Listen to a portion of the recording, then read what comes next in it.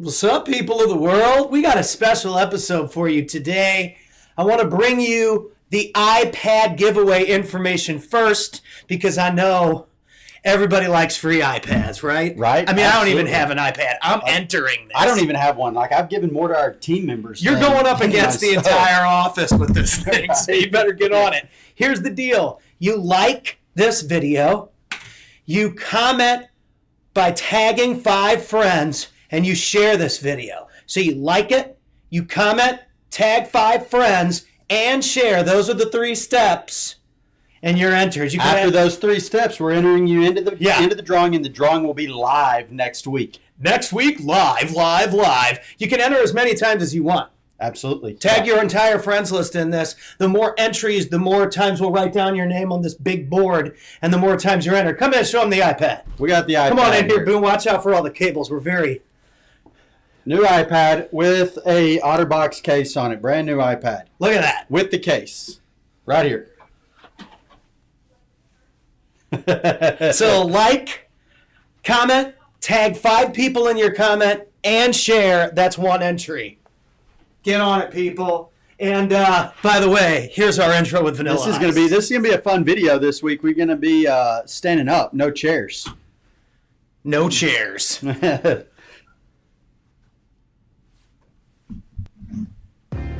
Cash, coming in fast. Relative info on investments that will smash. Miss out on this, you'll be coming in last. Acoustic force, bringing the intro blast. Hey, this is Vanilla Ice, and I'm chilling with my man, Ty Lasater. And I want to tell you, one command: stop, collaborate, and listen. Key City Capital is about to throw down. So get it how you live it, and always remember, cash, baby. Bet. I have had a number of sellers that have told us that we got the deal because we touched their property, we touched them, we had marketing to them, we were in front of them more often than our competition was.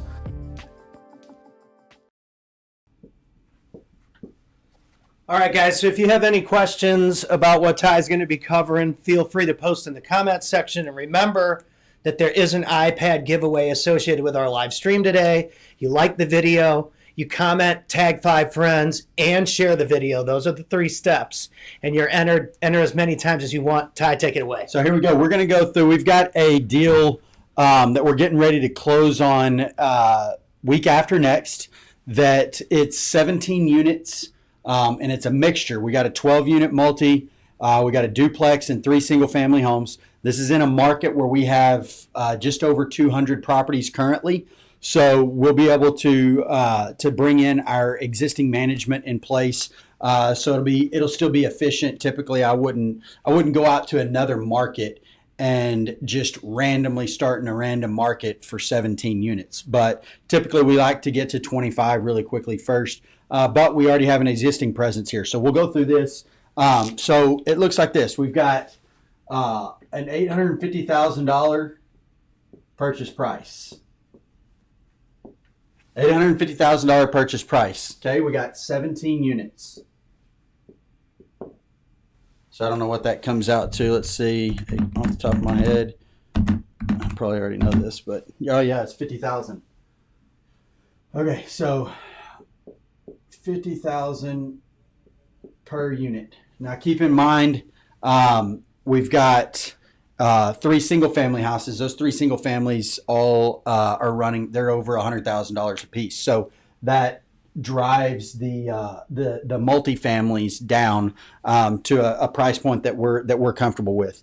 So currently, with the existing portfolio, they're at 100% occupancy.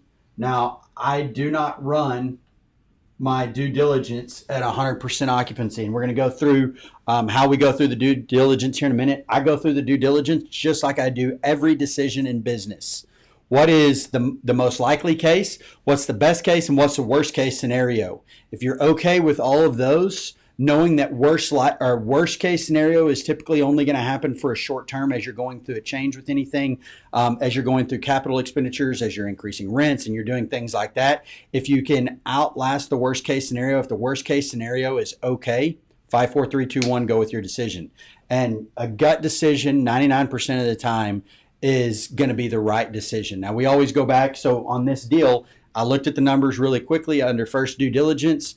I looked at the current situation, the most likely, the worst case, the best case, went with the gut decision. Then we go back and we really start analyzing and confirm our gut decision there. And so I'm going to go through this with you. We've already done that, but I'm going to go back through this with you guys on exactly what we go through as we do the analyzation on a deal like this.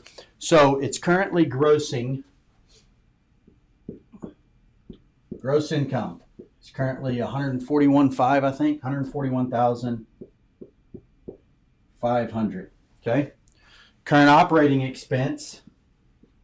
Now these guys are running OpEx without including a vacancy factor. And like I said, they're at 100% occupancy right now, and they have been for the last 2 years. There's been one unit that was vacant for 1 month this last year in the past 12 months, and then a different unit that was vacant for just over a month in the previous year.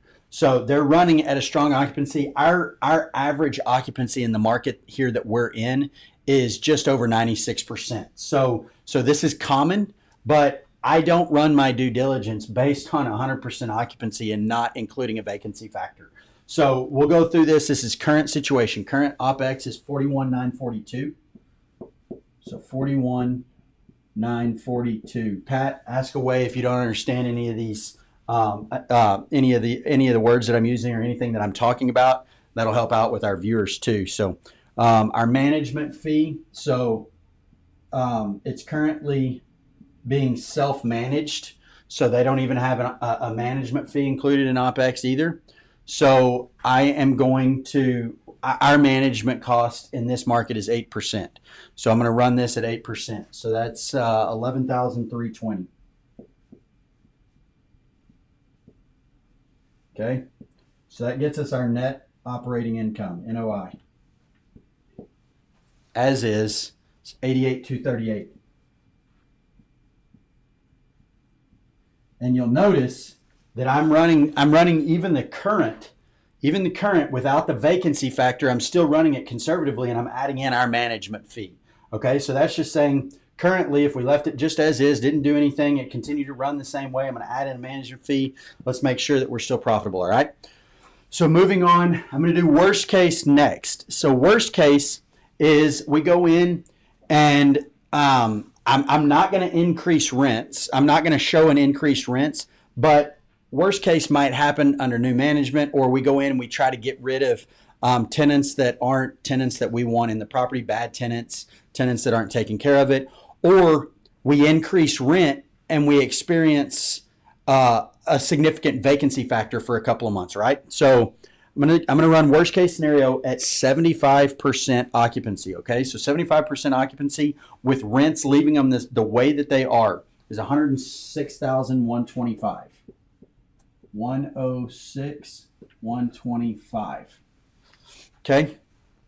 We're going to leave OpEx just the same. We're going to say that our maintenance costs and all that stuff, everything is still just the same. Our taxes, I have included in this an increase for our taxes. So 41,942, which includes what our taxes will be and our insurance, what our insurance is, okay?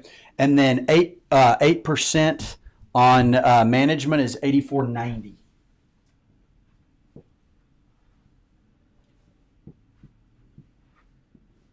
Okay, so 8,490. So that leaves us with an NOI of 55,693, worst case scenario. 55,693. Okay. So as is, we're at 88,000. Worst case scenario, we're at almost 57,000. Okay.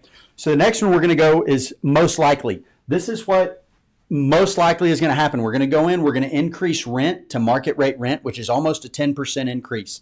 We'll go in, we'll increase rent. We're going to experience some vacancies for a short time. But knowing we've got another couple of multifamilies that are similar size in the market, and knowing the demand in the market, I know what we'll be able to drive here. So we're going to increase rents 10%, and then I'm going to apply a 10% vacancy factor to that increased rent. So that's going to get us to most likely scenario. our gross income is 143,198. 143,198. Okay. So again, this is a 25% vacancy here.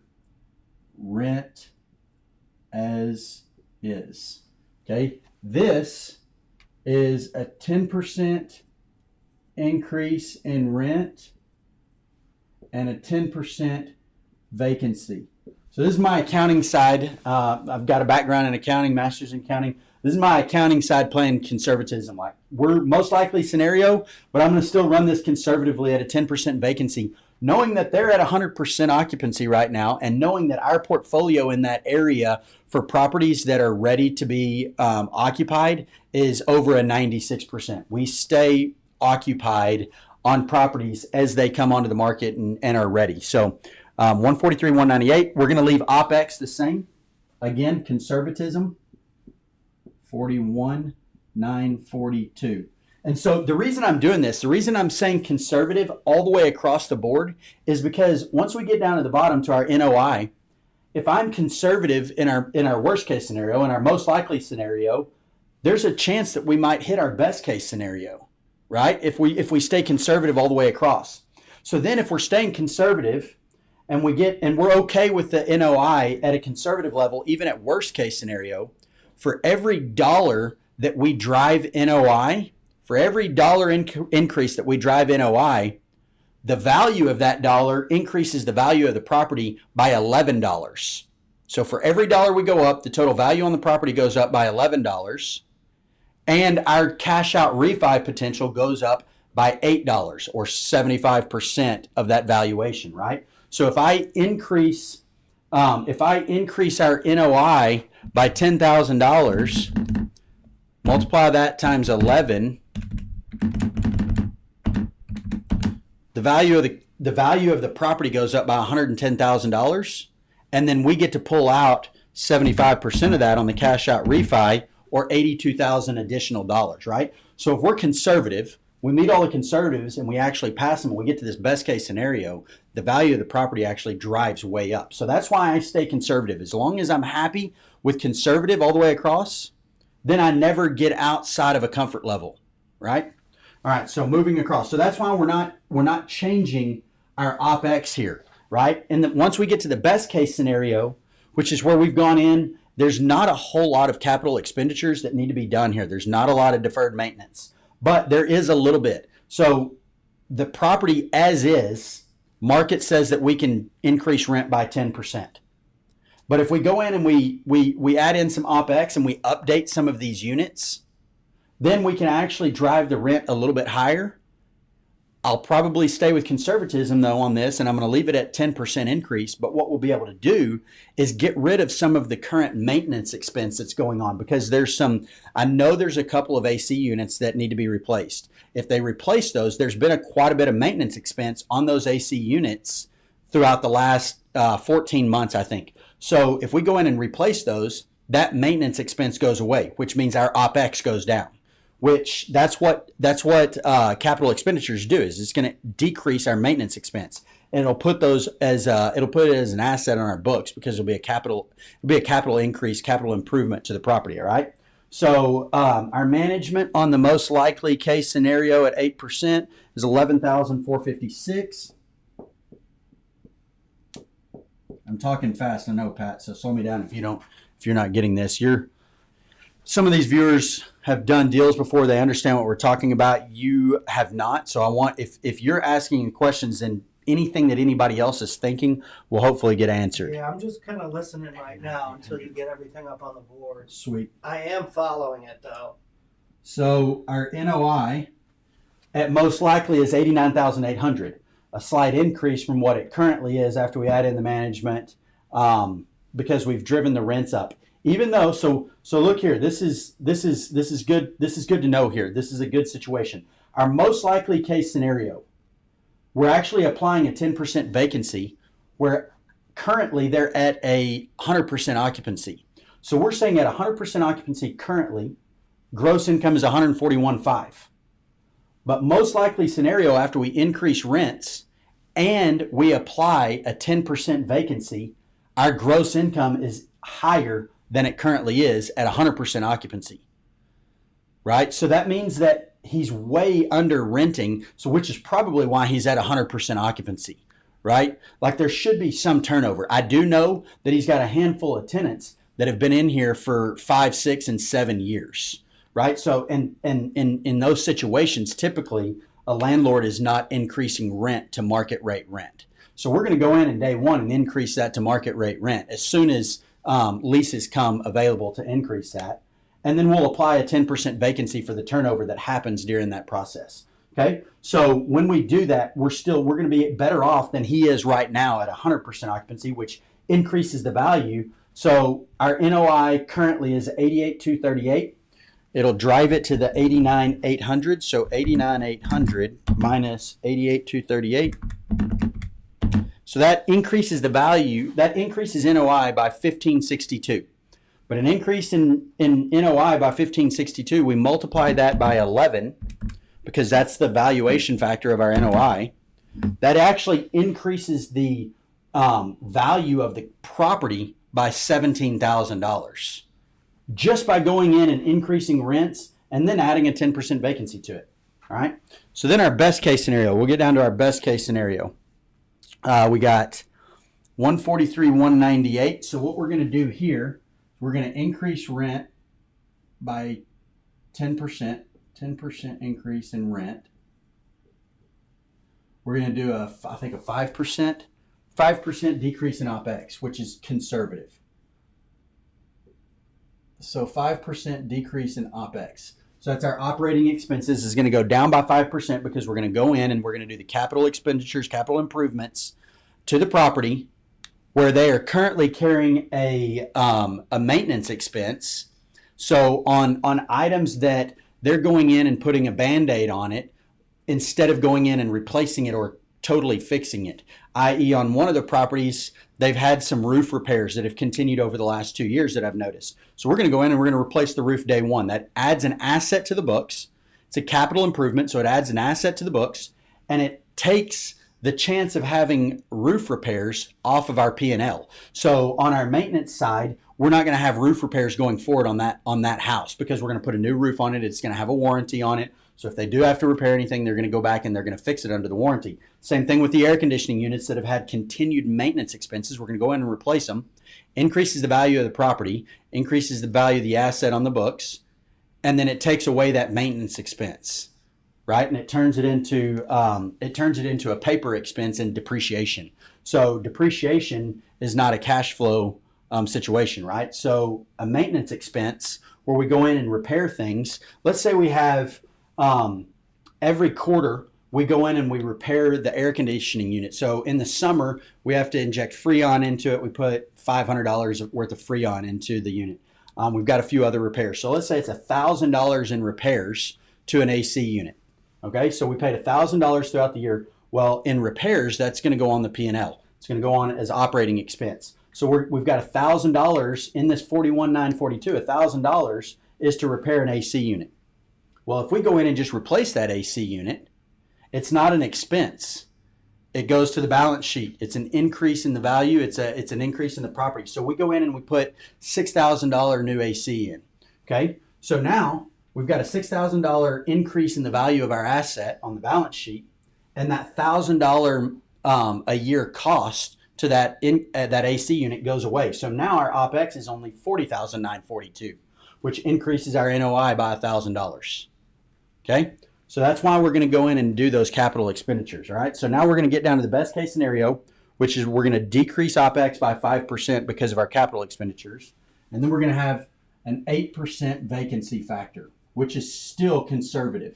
Because remember, I said that right now in this market, we're running at 96% occupancy or 4% vacancy with our livable units. Now, we do have another multifamily that's under complete remodel, so it's totally vacant, but none of the units are rentable yet. So I am not including those in our 96% occupancy because they're not even rentable yet. Okay, so 8% vacancy factor. So 143, 198. 143, 198. is our gross income after we've increased rent by 10% and applied. That's actually incorrect. We've got, it's going to be 2% higher because of the vacancy. So let's just run this one conservatively. We'll leave this at 10% then. So now we've got best and most likely, we've got the same gross rent. We've got rent increased by 10% and a 10% vacancy, which is super conservative for a best case scenario. But let's see what that does. So now a decrease in 5% of our OPEX is $39,845.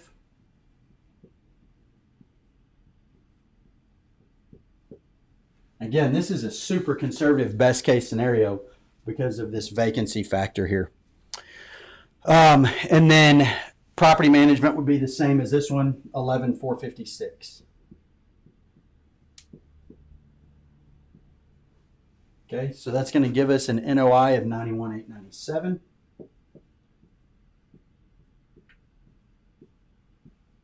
Okay, so now we've got worst case scenario. We go in and we start increasing rents. We take over management, get rid of the tenants that we don't want in there, and we decrease our gross rent because of a 25% vacancy factor. So we go down to $106,000 in gross rent. OPEX stays the same. Worst case scenario, we're at almost $56,000 NOI. Current and most likely, we're very similar. Current is $88,238. Most likely, though, we're going to go up to $89,800. And then best case, we're up to $91,897. So with an $850 purchase price, our cap rates. So our acquisition cap rate, based on current situation, you take your NOI and divide it by your purchase price, $88,238, so that's a 10.4 cap, right? Not bad. 10.4 cap. So some of our multi-units in the same location, in this same market,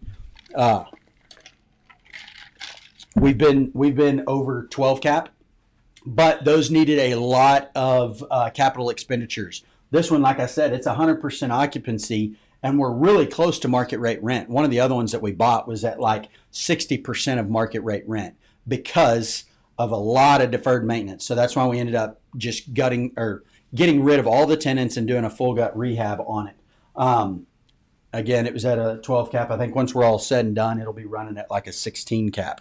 Okay, so most likely we're going to be at a 10.6 cap. Worst case is so 6.6, and then this will be best case is 10.8. Okay, so so our debt service on this one, you could do two things. Because there's minimal capex that needs to go into it.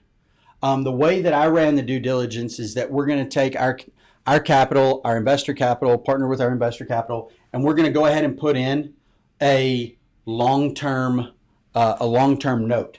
Now, once we get done with CapEx, if we start reaching this best case scenario within 12 months or so, if we drive up gross a little bit, and if our OPEX is under $40,000, then we'll probably go in and do a cash out refi depending on interest rates. But I want to go ahead and lock in a long-term interest rate on the front end side here because of the likelihood that interest rates continue to increase. And so if we just, instead of going out and getting a bridge loan at a 9 or 10% interest, we'll go ahead and lock in a long-term rate on this because it is an fully operating and functioning portfolio here, right? We're at 100% occupancy. We're pretty close to market rate rents. So I can go in and lock in a long-term financing as is. Then if we start reaching those best case scenarios, do a cash out refi if interest rates are still conducive to do so, okay? So what I've ran here, a debt service is based on a 75%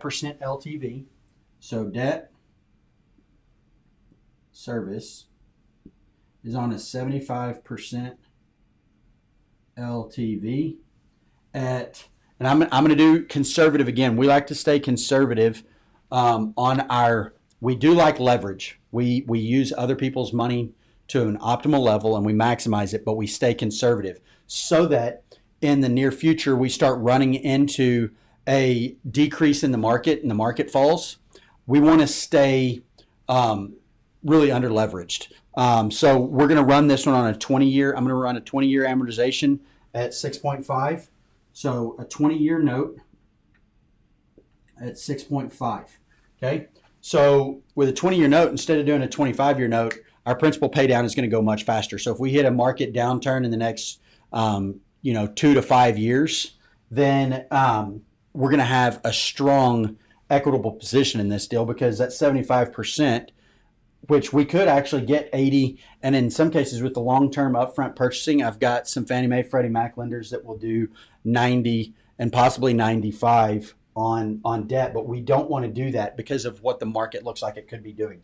So on a 20-year note at 6.5, 75% LTV, our debt service is $57,036 a year. So 57,036.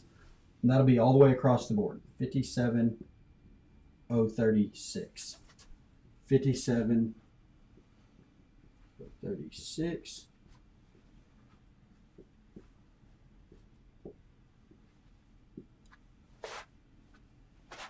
So, worst case scenario is if shit hits the fan, for lack of better terms, right? Worst case scenario, we go in, we get rid of bad tenants, we start doing capital expenditures, and we increase rent, and we're going to experience some vacancy. But I know with this market, we've got the things that I like to follow. We've got colleges. We've actually got a nursing program there, a nursing college. We've got multiple large hospitals, and we've got a good-sized bank headquartered there. It is a publicly traded bank that's headquartered there, and a strong financial market. So worst case scenario would be probably 6 months maximum that we would be running around these numbers. That's obviously going to be coming in at a net loss, right? Based on worst case scenario, positive net operating income, but after debt service, we're going to be running at a little bit of a negative. So that's a negative $1,300. Right? So I've got to get comfortable running at a negative $1,300 if worst case scenario, when we go in and start increasing rents, we've got 25% vacancy. I am comfortable with that because the likelihood of that happening is very, very small. And the likelihood of it happening for an extended period is next to zero. Like, you're going to have some risk in real estate, right? I'm super comfortable knowing that I've got a 20-year payoff on a debt service, that I've got a 25% equity position in the property, and cash flowing at a negative $1,300 after the debt service. But keep in mind that once we start driving the rent up and increasing the value, we could do a cash out refi if we needed, right? And so I'm totally fine with the worst case scenario there. So then we move to most likely. Most likely is going to be running at a positive 32,764.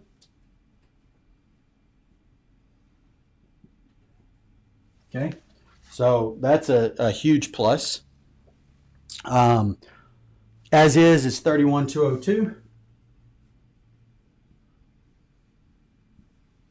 And then best is 34,861. I wrote too big and started too far down, but we're going to be all right. Okay, so now looking at this, we know if we're running at a 75% LTV, purchase price is $850. So our loan is $637,500.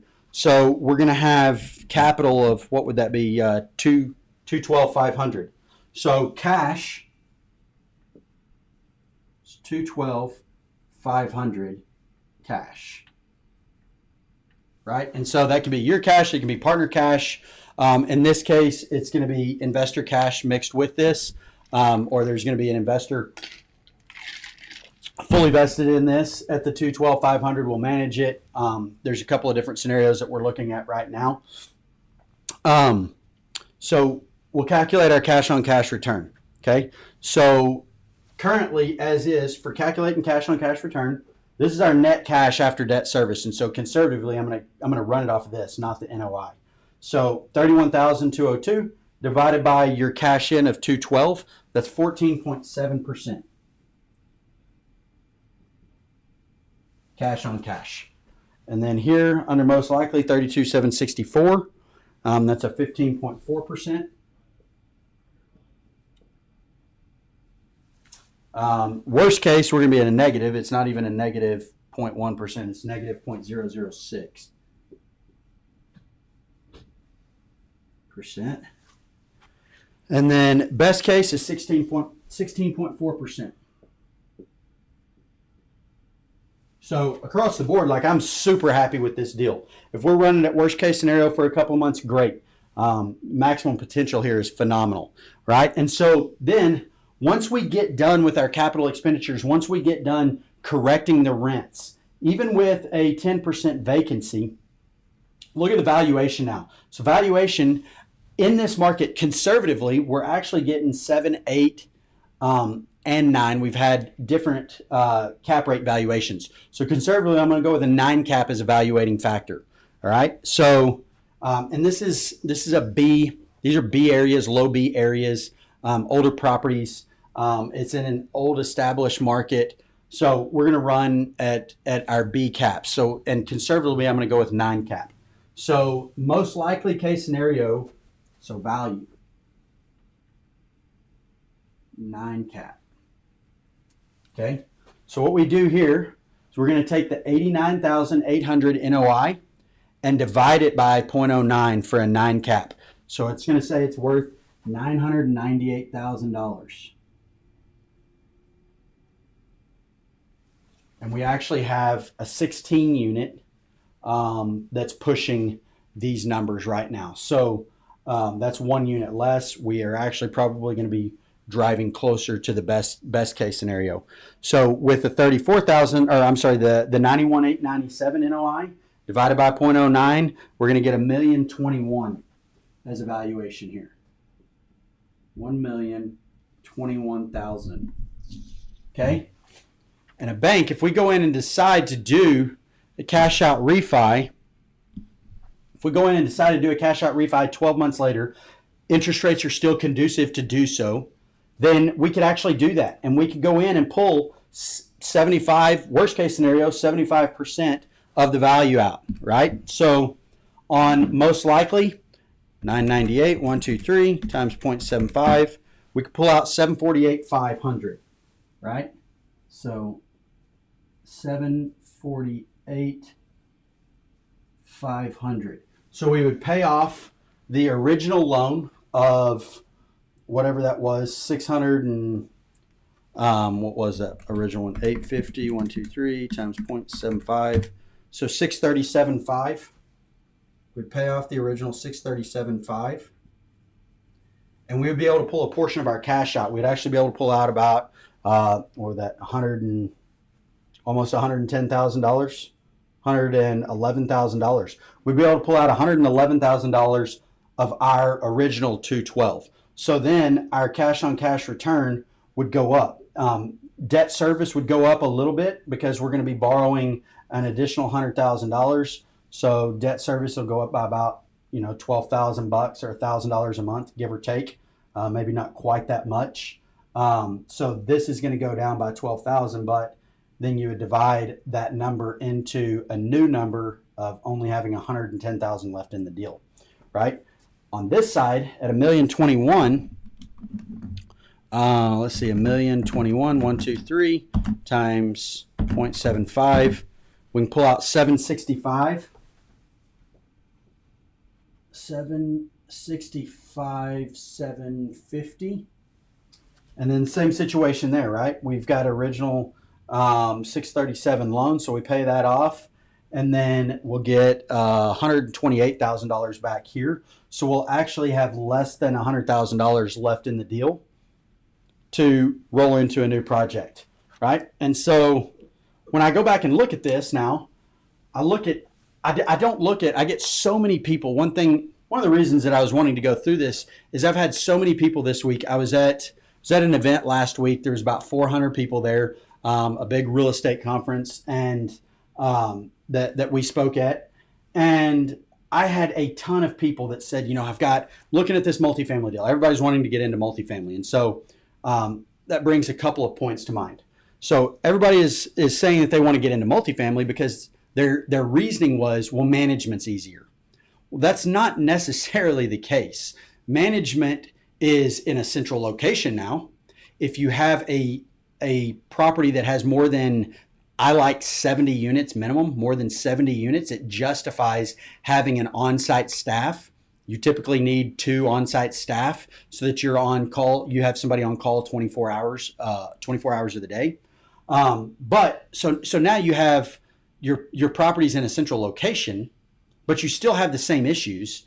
And a lot of the times with multifamily, you've got a different demographic of tenant, right? And so with multifamily, typically you don't have larger or families that have 2 and 3 kids in them, who typically, in most cases, take better care of a property. So you have a very large array of demographic that lives in your multifamily, right? So you still have the same problems. You still have toilet issues. You still have tenant issues. We have actually had last year, within a week, we had 3 deaths in properties of ours. 2 of those deaths came in multifamilies, and one of them was in the property when it happened, right? And so what happens then is you've got larger liability issues that go into that. And then if you add a pool to it and things like that, you have bigger issues. So yeah, you've got management is all in one place, but you sometimes have bigger issues that come with that. And so, there's so many different people that take Cardone Capital, for example, and then take our real estate attorney here, Scott Horn. 2 completely different approaches to real estate. So Scott has done owner financing for an extended period of time. He did multifamily back in the 90s. It's now strictly owner finance single family properties. And he has a reason for that, because the maintenance of the property is no longer his concern. It becomes the buyer's concern. With multifamily, then you continue that same maintenance and you continue the management for an extended period of time as long as you own the property, right?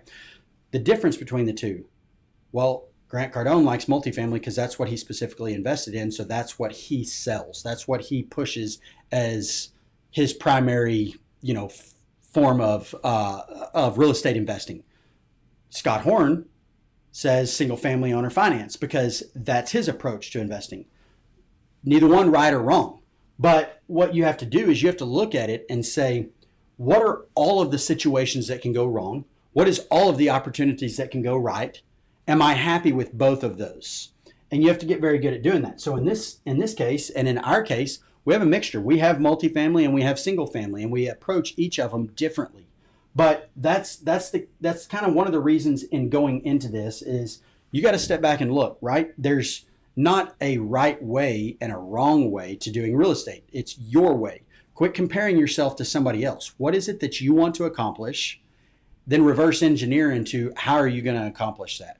And so with multifamilies, what we like to do is we have a number of these small to medium sized multifamilies, but they're in locations where we have other properties, other single family properties.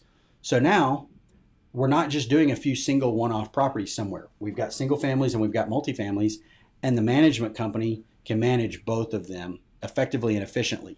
So there's no risk to having, a spread out single family portfolio.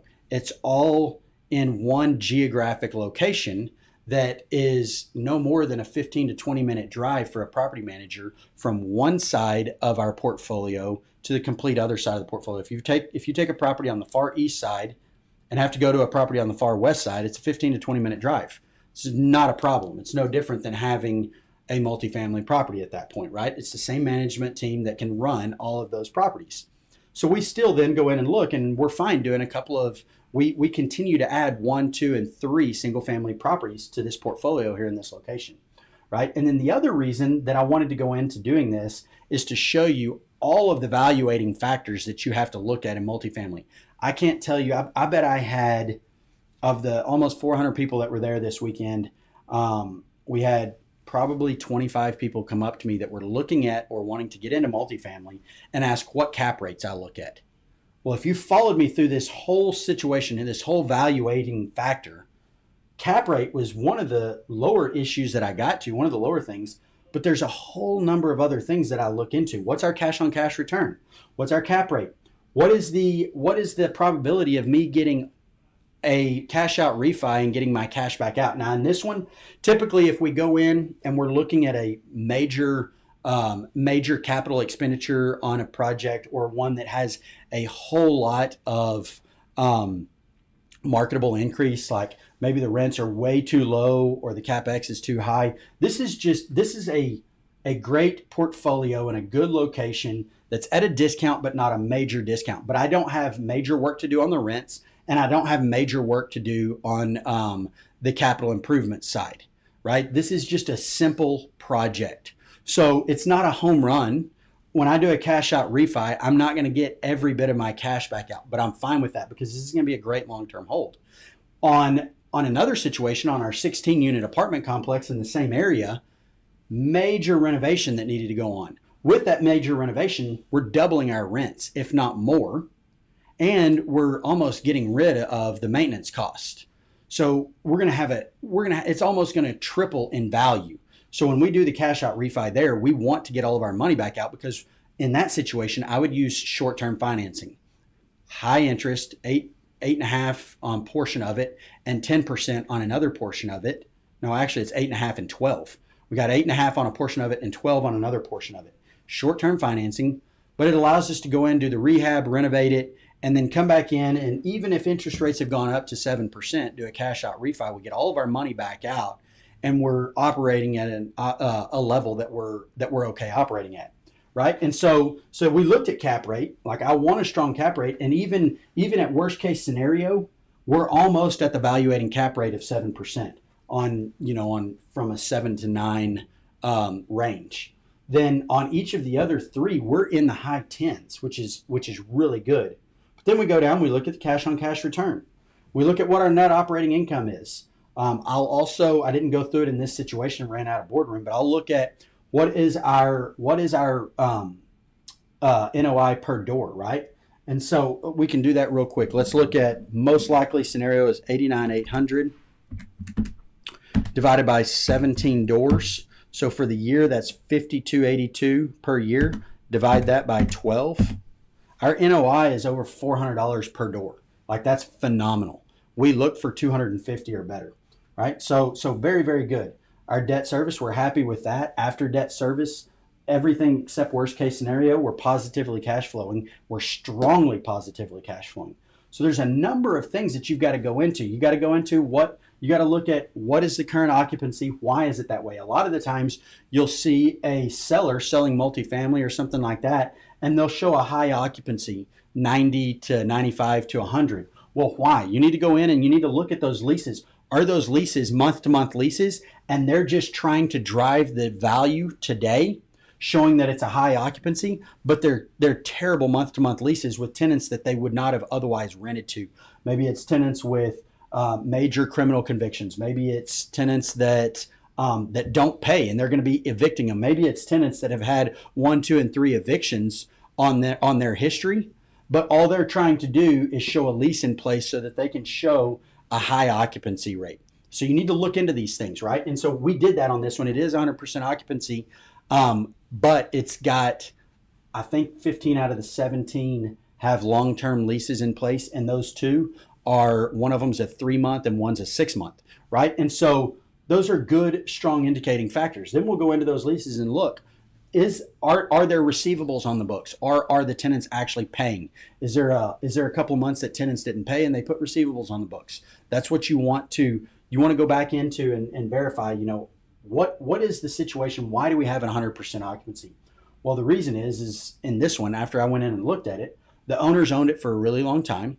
He's happy with it, a low rent, happy with the rent that it's been. He's happy with the tenants that have been in there for 5, 6, and 7 years. So he doesn't increase rent. Because he doesn't increase rent, and rent is well below market in an area, in a market that has a very high demand, well, he's going to stay at 100% occupancy, no problem. He takes just enough care of the property that it stayed in good condition. There is some maintenance that, like I said, the roof on one of the houses, and then some HVAC stuff that needs to be done. But overall, it's a good property. And so I'm super happy with this deal. So do you have any questions, or do we have questions that are popping in? No, but we did have some people comment saying that this was straight gold. I got to get you one of those Uncle G cash flow hats. Right, I know, right? That's really the only thing I see that. missing. It is. Uncle G, give us a cash flow hat giveaway. So if you guys do have questions, you can always post the questions in the comments and Ty can respond, obviously. But I think it's really cool that we're starting to kind of show some of these deals. I love what we do with chatting and going through entrepreneurial and success and business and branding. But like, this is what really goes on in this office. In this office on a daily basis. I mean, they literally have, at this point, bolted little tables into the walls out here so they can have more calling stations to close more deals. Yeah. And the 4 partners generally are always on the phone when I'm here. I'm running around like a clown, So you brought trying up to a get good everybody point. to laugh. But this is almost like a call system. Yeah, we've got center. a whole call center, Right. and with those tables, you brought up a good point. You're I out of call space. Well, we're out of space, yeah, even with moving into the new space. But the call people that sit there all day long, it's really nice to be able to stand up and work. And Right. so all they're doing is on the phone, and so it's easy for them to just stand up. They can, like for me and a lot of us that are, high D personalities. Anytime I ADD, edit, I have can to sit here and stand. think. Yeah, when we were, I have a standing desk. I'm not going to go into the details, but we're getting ready to drop a sweet new beat and song that we put together. And I go out to your house and in your recording studio, and everything's stand up, right? Yeah. And so it allows your brain to function, your brain to work. Like Right. for me, when I'm on the phone, And if I'm trying to communicate with you and you're on the microphone, I need to be able to look at you and Exactly. communicate with you, or our response time lessens. Like, it takes more time. exactly. My phone meetings, like I'm sitting down at my desk when I have a phone meeting, my phone goes on speaker and I stand up and I pace my room. Oh, yeah. And the that's same just, way. it's good for your back, good for posture. But yeah, I mean, this is the stuff that we do on a daily basis, and I take it for granted, which is something that a lot of our viewers need to see and understand. And it really,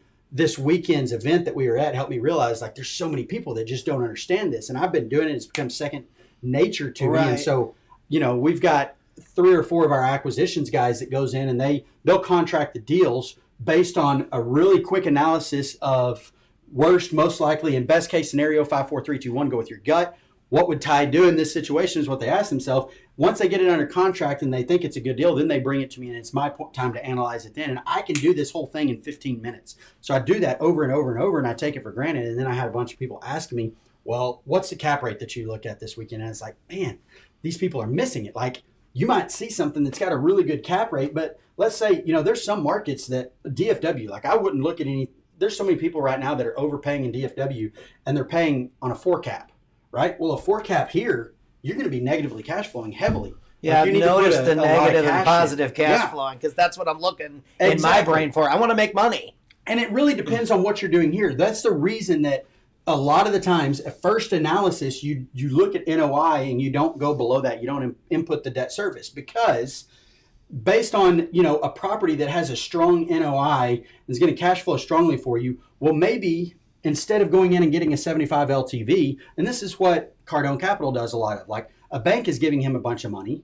Same thing with us. Same And the reason private investors, well, yeah, too, so that's which what is I was awesome. going to get into, right? So I was going to get into that. Like, we've got a private equity fund that we do this same thing with. And the reason, so we'll go in and we'll use 100% finance or 100% other people's money. Right. Well, if I'm going to be paying a bank to get rich, why not, instead of paying Goldman Sachs to continue getting rich, why not pay 50 of my friends to get Dude, rich? it's so right? exactly And so what he instead teaches. of I going love in, that. Instead of going in and taking a 75% LTV, I'll say, forget that. Let me go to my 50 friends, and we'll go with a 40% LTV and then 60% cash with myself, our team here, and our friends, right? Or anybody else that invests with us.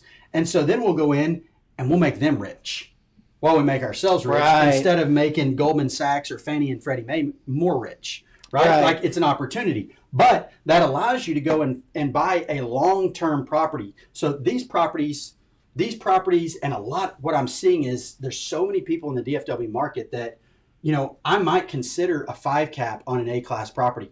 But there's a lot of people that are paying 4 and 5 caps for a B or a C-class property that they're going to improve. But the problem is the property is so old that those capital improvements are not going to outlast long enough for them to get a return on their money. So they're going to be in a problem Yeah, I 15, understand. 20, and 30 years from now. They're going to have You're to go back. overspending. They're going to have to go back and they're going to have to refix a number of things. So they might buy a property for $1 million today, put $250,000 into it. 10 years from now, they got to put another $250,000 into another part of the property because they didn't see how old the property was and Right. they weren't paying attention. Now you're taking hits. Right? So now with A-class properties, that's a different story. It's a property that's less than 10 years old. You go in, you update it, you fix it up. The likelihood of you having to go do capital expenditures again in the next 15, 20 years is very low. So it's a whole different situation. And so when people ask me about cap rate, there's so many other things that they've got to look at. How old is the property? How long will your capital expenditures last? Like I know this on these houses and on the property itself. Like we'll be able to go in and these properties will last 25, 30 years, but we'll probably only hold them for like 15. Depending on what they do after 15, do we sell them? Do we keep them? We'll reevaluate at that time.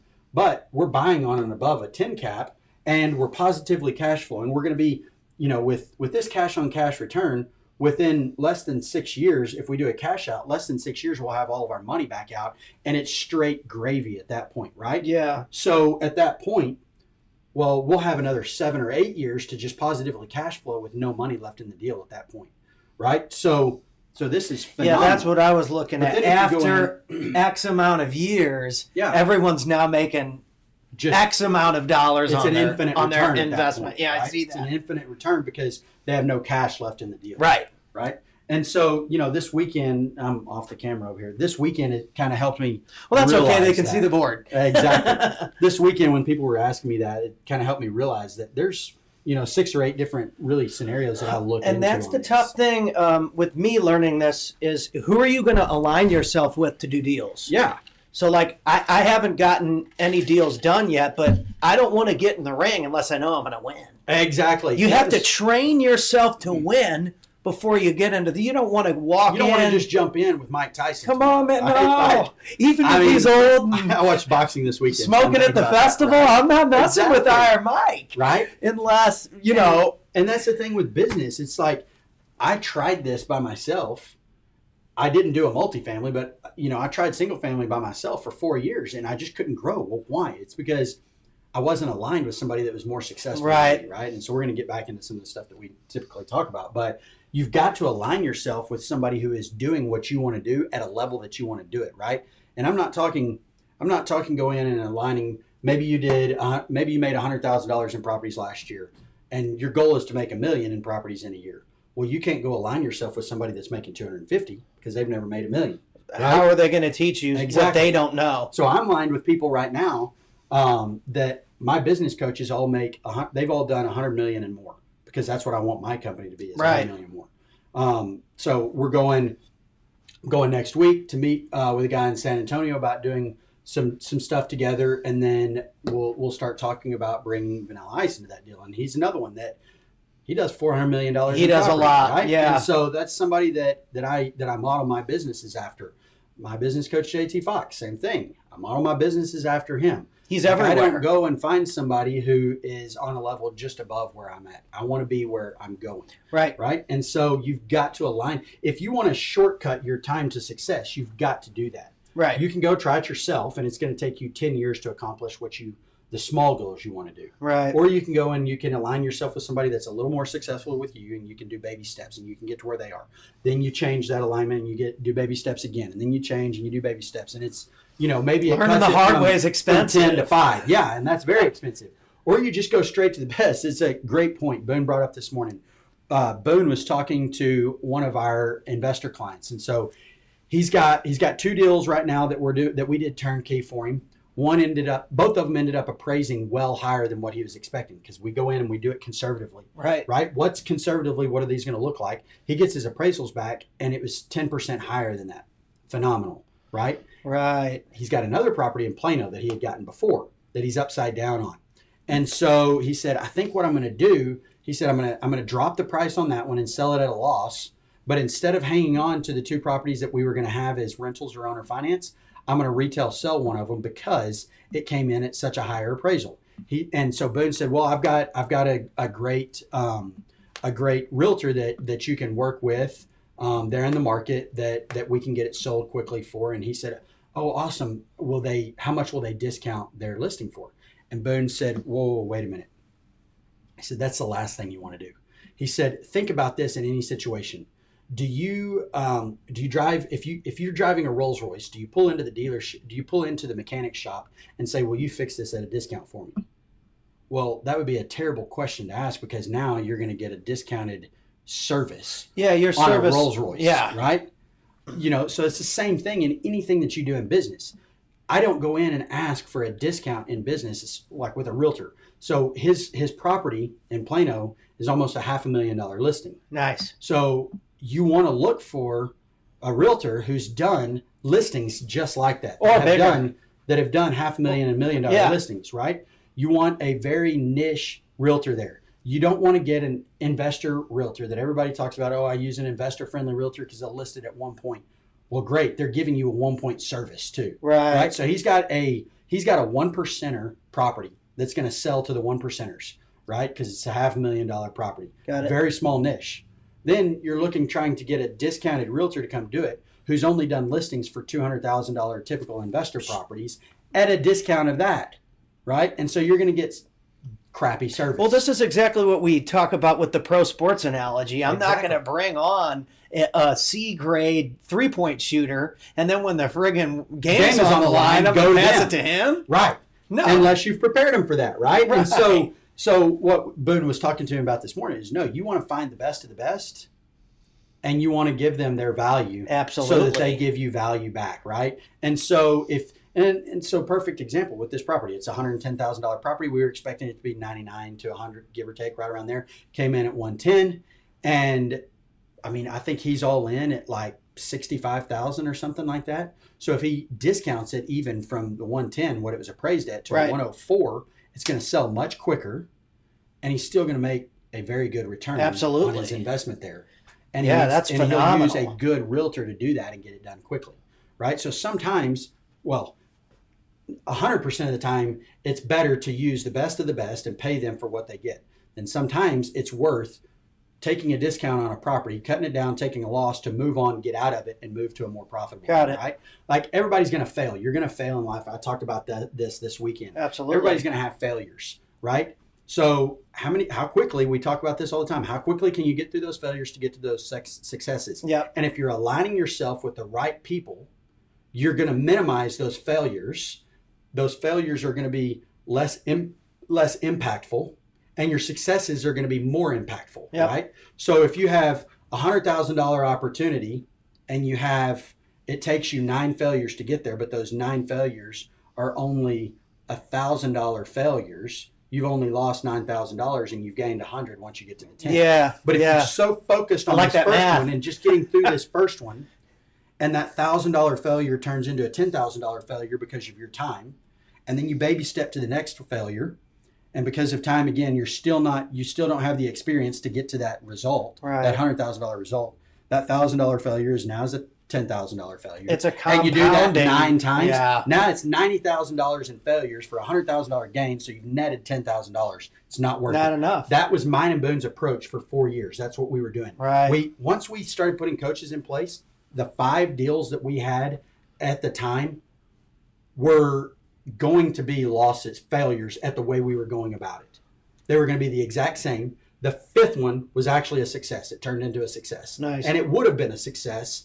We would have had a bigger loss though on those 4 and everything that we had done up to that point. So it was still just 1 step forward, 2 steps back, 3 steps back, 4 steps back, over and over and over.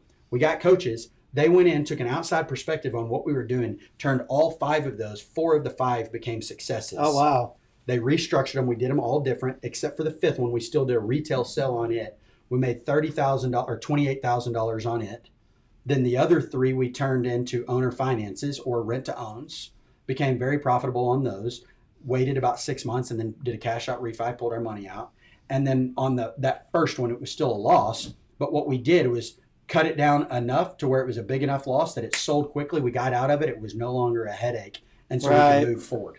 Yeah. So that's what you have to do. You have to align yourself with the right people that know what they're doing, that have experienced it, so that you can minimize your losses and maximize your successes. I love it. Yeah.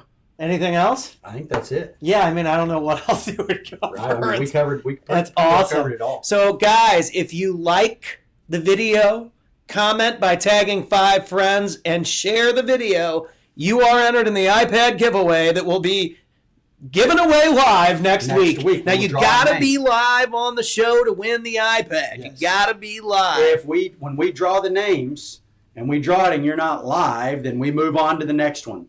And every time you input, every time you tag 5 friends and you repeat the process, You're get entered. your name into another time. Awesome. Bingo. Thank you, guys. And get on there, tag everybody, share it up, and we'll see you guys next time. See you next week.